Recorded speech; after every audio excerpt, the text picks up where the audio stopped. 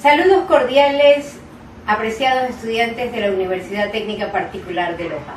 Bienvenidos sean ustedes siempre a su asignatura Antropología.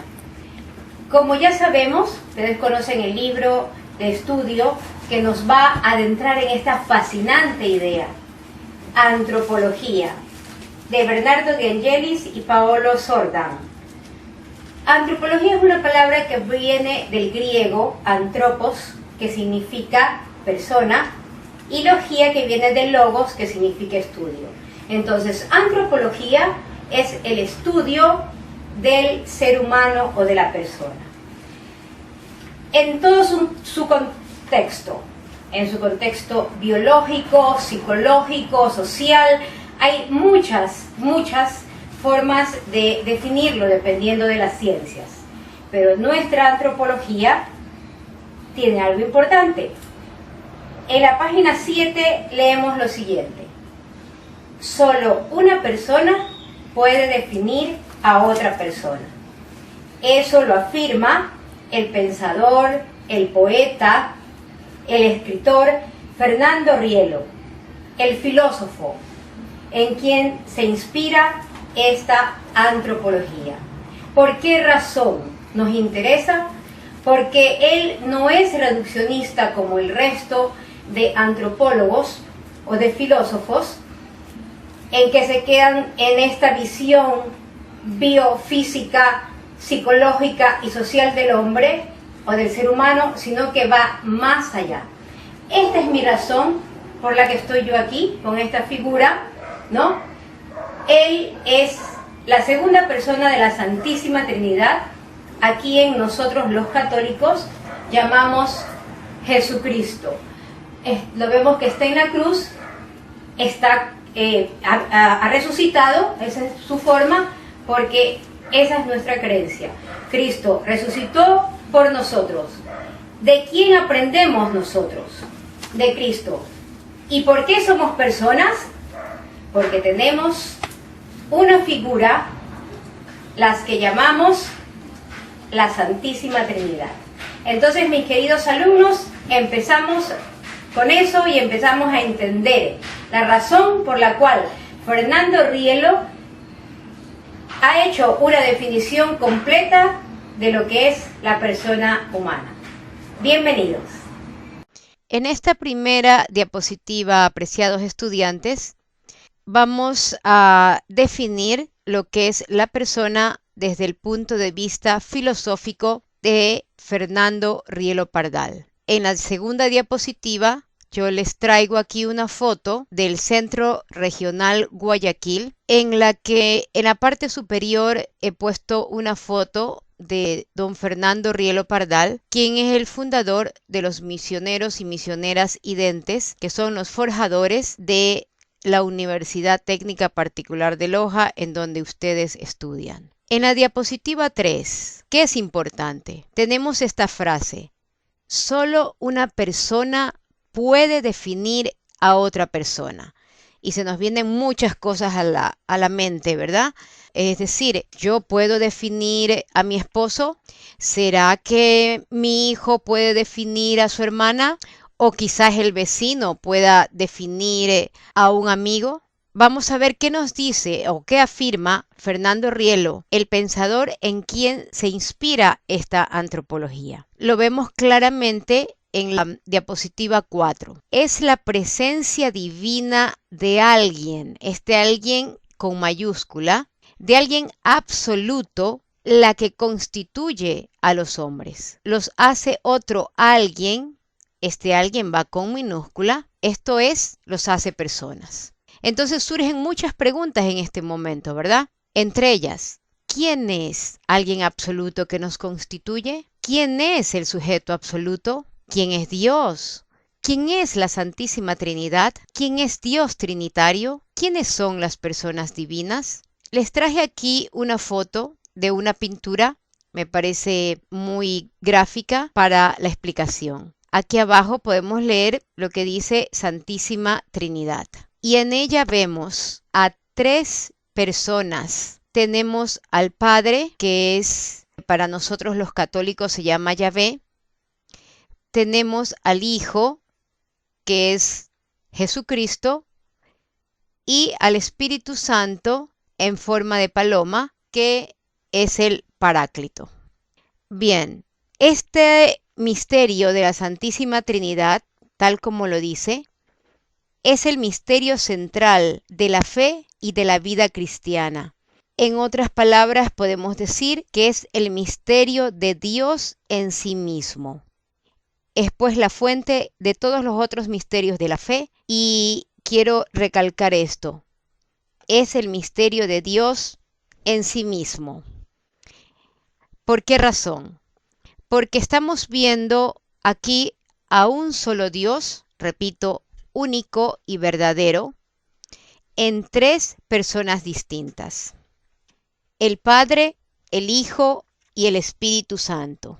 La Trinidad es una, nos dice el Catecismo de la Iglesia Católica.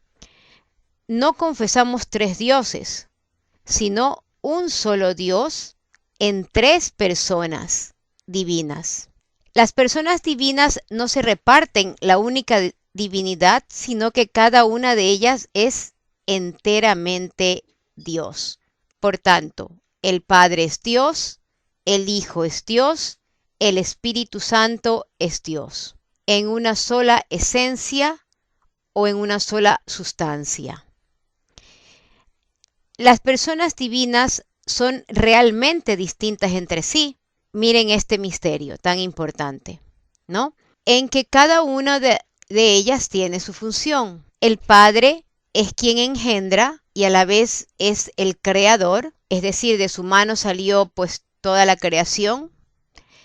Tenemos al Hijo, quien es el engendrado, el unigénito de Dios, el que tomó, además de su naturaleza divina, tomó la naturaleza humana para venir a este mundo y realizar una misión. Les recuerdo que esta unión de la naturaleza divina y de la naturaleza humana de Cristo se llama unión hipostática.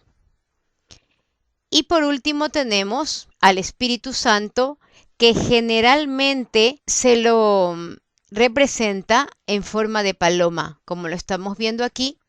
¿Por qué razón? Esto se basa en la Biblia, cuando luego de 40 días y 40 noches que Jesús estuvo en el desierto, orando para poder iniciar su misión, él va hacia Juan el Bautista, su primo, hijo de Isabel, para que lo bautice.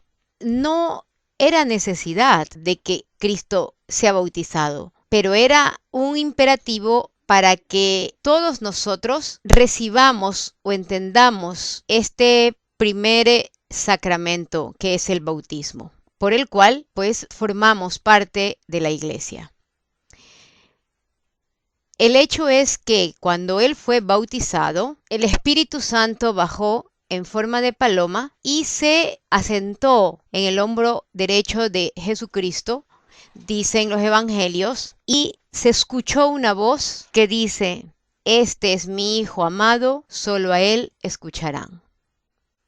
Entonces estamos hablando de que las personas divinas son realmente distintas entre sí. Cada uno tiene su función. Repito, son tres personas divinas en un solo Dios verdadero. Y es una unidad. Esto es un punto que no lo vamos y no lo tenemos que olvidar. Entonces, esta unidad conformada por el Padre, el Hijo y el Espíritu Santo se llama alguien absoluto. Pero estamos hablando de este alguien absoluto refiriéndonos a lo que Fernando Rielo nos estaba explicando, ¿no? Refiriéndonos a esa presencia divina. Solo Dios es divino. Y cuando hablemos de lo que es divino, estamos hablando directamente de lo que es la metafísica. Bien, entonces, ¿qué más es la Santísima Trinidad? La Santísima Trinidad, pues, es el sujeto absoluto que estudiamos durante todos estos 2 bimestres. ¿Y quién es Dios? Nos preguntamos al inicio. Pues Dios es la Santísima Trinidad. ¿Quién es la Santísima Trinidad?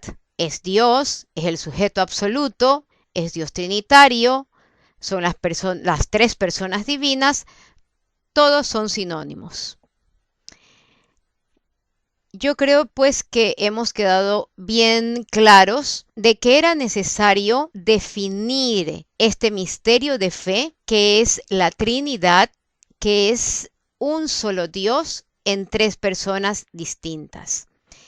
A partir de estas personas, que es un solo Dios, ¿no? No tres dioses, que es un solo Dios, es que vamos a tomar el nombre para constituir la palabra persona y luego, obviamente, para definirla. De aquí ya tenemos resuelto un problema, ¿no? En esta diapositiva 4 vemos que solamente el sujeto absoluto, ya que es Dios, es el único como persona que puede constituir a otra persona. Es decir, que las personas divinas sí pueden definirse entre sí, pero la persona humana es definida y constituida esencialmente por su relación con Dios, el sujeto absoluto. Y obviamente la persona humana, es decir, nosotros, no podemos definir a Dios. Con esto entramos a la diapositiva 5, en donde nos damos cuenta que solo las personas divinas, es decir, el sujeto absoluto o Dios, pueden definir a otra persona. Y pongo aquí específicamente a nosotros, que somos la persona humana. Bien, es necesario indicarles que aquí traigo otra figura de la Santísima Trinidad, donde vemos al Padre, el Hijo y al Espíritu Santo nuevamente pintado como paloma, ¿no?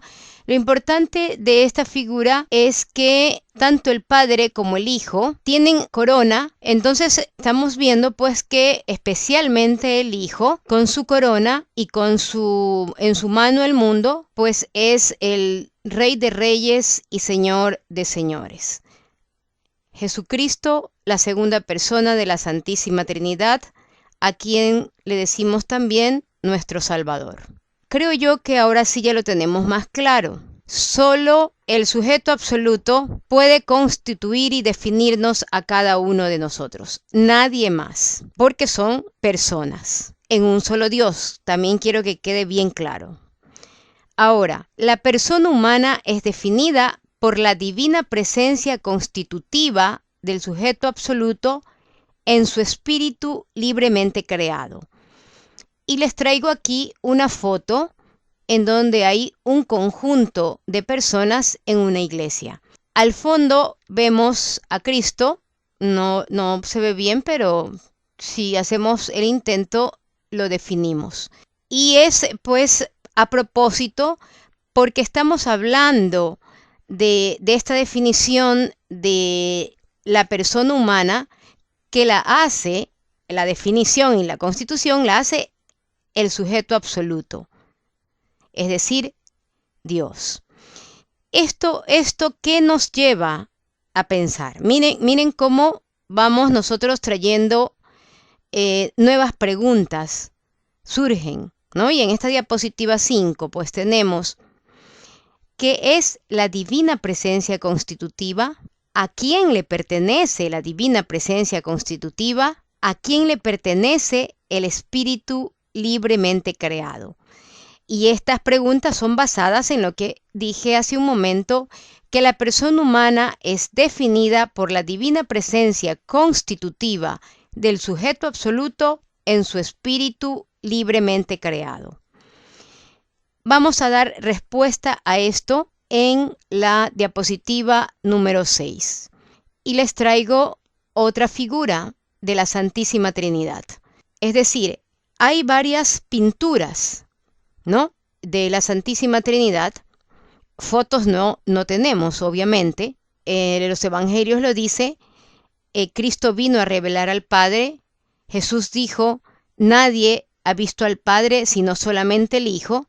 Entonces nuestros teólogos de las épocas pasadas pues estudiaron esto y dieron este dogma de la Santísima Trinidad. Me gusta esta figura porque es importante en lo siguiente. Nuevamente repito, para que nos quede bien claro, la Santísima Trinidad, que es un solo Dios en tres personas distintas, siendo el Padre, quien es el creador y la primera persona de la Santísima Trinidad. Tenemos aquí al Hijo, que es la segunda persona de la Santísima Trinidad. ¿Cuál es la importancia de la figura de este Hijo? Que está crucificado, ¿no?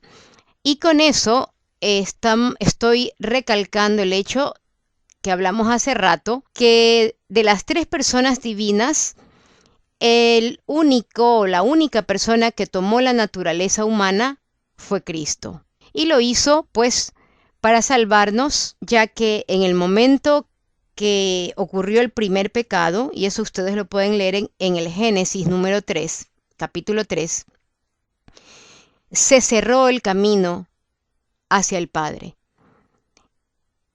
Cristo, enviado por el Padre, que también ustedes lo pueden leer en el Génesis capítulo 3, cuando el Padre dice pues al demonio, en este caso revestido de serpiente o en forma de serpiente, que la descendencia de la mujer te pisará la cabeza. Diapositiva 6. Miren cómo vamos avanzando, apreciados estudiantes. Ahora ya tenemos claro que las personas divinas son las que nos constituyen a nosotros como personas. Yo les traigo aquí otra figura de la Santísima Trinidad. Y estamos viendo al Padre que tiene en sus manos al Hijo, a este Cristo que se entregó en la cruz, que tuvo una pasión dolorosa, una muerte cruel, diría yo, una crucifixión. En aquel tiempo solo se le daban a los terriblemente malvados. Y tenemos a la tercera persona, que es el Espíritu Santo en forma de paloma. Quiero recalcarles, si es que ustedes desean leerlo, en el Génesis, en el capítulo 3, se habla claramente, luego del pecado del hombre, que Dios Padre siempre ha pensado en nosotros, siempre, de tal forma que Él ya tenía la respuesta inmediata en el momento de que hubo este pecado del primer hombre y de la primera mujer. Bien, quiero rescatar solamente de este Génesis capítulo 3 un punto importante que Dios Padre dijo en el versículo 14. Entonces Yahvé Dios dijo a la serpiente: por haber hecho esto, maldita seas entre todas las bestias y entre todos los animales del campo. Sobre tu vientre caminarás y polvo comerás todos los días de tu vida. Y aquí va el punto importante, escuchen. Enemistad pondré entre ti y la mujer, entre tu linaje y su linaje. Él te pisará la cabeza mientras acechas tú su calcañar. Con esto podemos comprender en esta figura que Dios Padre había decidido enviar a su unigénito a través del linaje de la mujer. Esa mujer es la Virgen María, para nosotros nuestra madre, y hemos visto cómo la segunda persona de la Santísima Trinidad, Jesucristo, realiza o cumple con este pedido del Padre por amor a nosotros. En el momento que Cristo vence a la muerte, se abre nuevamente este camino de regreso al Padre y estemos seguros, pues, desde ahora en adelante que podemos acudir a Él, a Cristo que vivió como un hombre humano, por tanto amó con corazón humano, vivió con las necesidades humanas, sufrió como un humano. Muchos dicen que al tener Él la naturaleza divina, esta crucifixión fue ficticia. No, no es así. No. Él sufrió realmente esta dolorosa pasión como humano, por una sola razón, el amor. Y de eso también pues habrá más adelante una explicación cuando hablemos en las facultades del alma. Bien, luego de que tenemos al sujeto absoluto, que lo vemos acá arriba, nos lleva hacia esta cinta, podríamos verla así como una cinta de reyes, ¿no? Quise hacer esta relación para que ustedes no se olviden. Y yo he escrito aquí, divina presencia constitutiva. Entonces, esta divina, obviamente es divina porque viene de Dios, el sujeto absoluto, es una presencia. ¿De quién es la presencia? Es la presencia del sujeto absoluto. ¿Y por qué es constitutiva? Porque nos va a constituir o nos constituye a nosotros como personas. Esta divina presencia constitutiva termina en el elemento creado. ¿Quién es el elemento creado? Ahora es la nueva pregunta. ¿Cuáles son los niveles de la unidad del elemento creado? Y yo les traigo una foto en donde en primer plano vamos a contar a 3 elementos creados, que son pues 3 mujeres, y no quiero avanzar más porque esa sería, ya estaría yo entrando en otro punto que quiero desarrollarlo, que sería la diapositiva número 7, el espíritu psicosomatizado. En este punto nos quedamos, estimados estudiantes, y no dejen de continuar siguiendo estas pequeñas cosas que les he traído en resumen para aclarar. Para concluir esta primera clase, entonces, solo una persona, que es la persona divina, constituye a otra persona, que somos las personas humanas. Nos vemos muy pronto.